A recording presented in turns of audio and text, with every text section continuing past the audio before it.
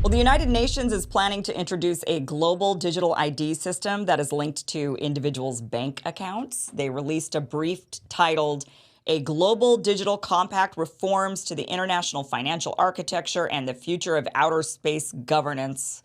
In the brief, it reads, digital IDs linked with bank or mobile money accounts can improve the delivery of social protection coverage and serve to better reach eligible beneficiaries. Digital technologies may help to reduce leakage errors and costs in the design of social protection programs. So basically, they're trying to say, look, you want this because it means you're going to get your Social Security or your disability or your unemployment money faster.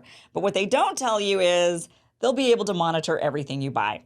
So interestingly, I can see a lot of people on the right actually kind of agreeing with this idea. Normally with these types of things, it's people on the left. But on this one, I mean, look, if they say, hey, we're going to give you welfare, so we just want to make sure you don't spend it on things we don't approve of, that might bring in people from a different political side of the aisle who might start agreeing with this type of stuff. And I think that's kind of the big agenda here, is to get everybody on board. With us now is someone who has been extensively covering digital IDs, the World Economic Forum, and the global governance agenda on her show, The Mel K Show. Mel, welcome to the show. Thank you so much for being here. Thank you for having me. It is so important that people are speaking about this. I'm so honored to be here. This is a long time coming. The American people have been really held in the dark about this agenda for a very long time. They are kind of at their end game. And like you said, people are being deceived as to what is going on and why, and then also told that it's for their own good and it's for convenience and this is all this good stuff, when really it's really the opposite of that. What is this digital ID going to even look like? I mean, a lot of us have iPhones, and we do have to hold up our iPhones, to our faces in order to unlock them, right? Or they used to do the thumbprint. Like, what's the future looking like with these digital IDs? Well, if you look through this document, it's called Our Common Agenda. It actually came out in 2021. But really, what people have been deceived a lot about is the connection between the World Economic Forum and their multinational global public private partnership, which really makes a lot of this work. A lot of these companies that are involved in the tech side and on the back end of this are partners of the World Economic Forum. In 2019, they had been working together for years, but in 2019, before COVID, the World Economic Forum and the UN put out a joint agreement that they were going to team up to fast forward the 2030 agenda, also known as the Sustainable Development Goals, which is what a lot of this is about. So in that document, it goes through iterations of this digital ID to the point where they are actually talking about surveillance under your skin, meaning that there would be microchips, which is happening in some countries. Sweden and other places are doing pilot programs. But essentially, it is a full track and trace surveillance system, not different than they already have in communist China, and under the guise of sustainable development goals. In particular, this one, if people know about the sustainable development goals and what that is, and Agenda 2030, that is number 16. And it's about a digital compact, global digital compact and equity in the digital space worldwide.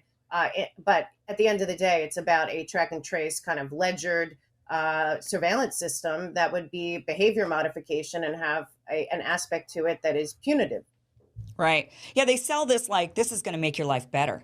I mean, that's how they sell it, right? Like this will make life more convenient. I mean, imagine if you just had a microchip under your skin, you wouldn't have to remember which medications or which vaccines you've taken. You just show Right. that, they scan it, and boom, it shows up the chart for your doctor. And that way you don't have to be transferring records back and forth. So they sell it like this is a good thing for you.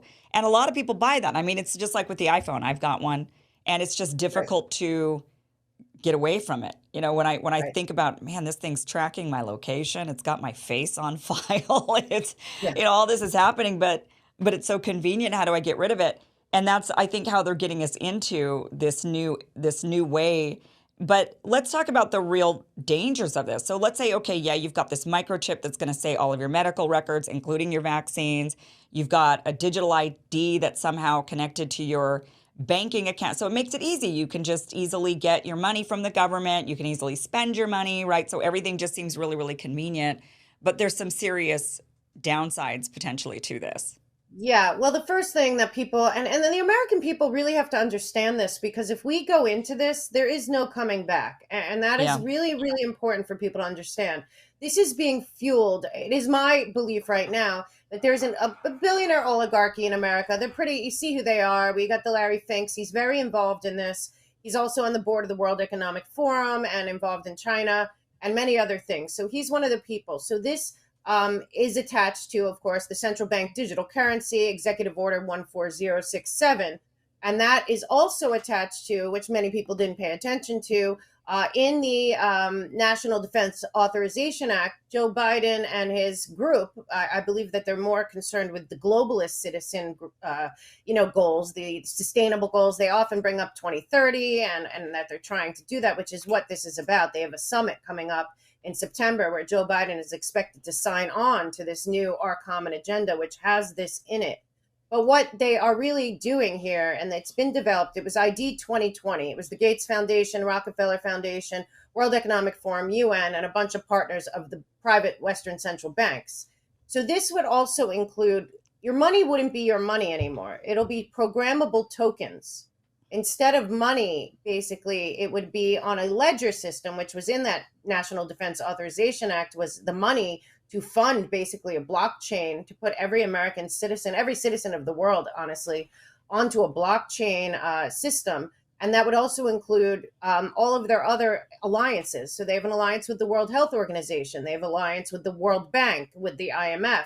They have an alliance with the also with the IPCC. So this digital ID would not just include your vaccine status and your health records, but also there was an executive order about biometric data. So that would be on there as well.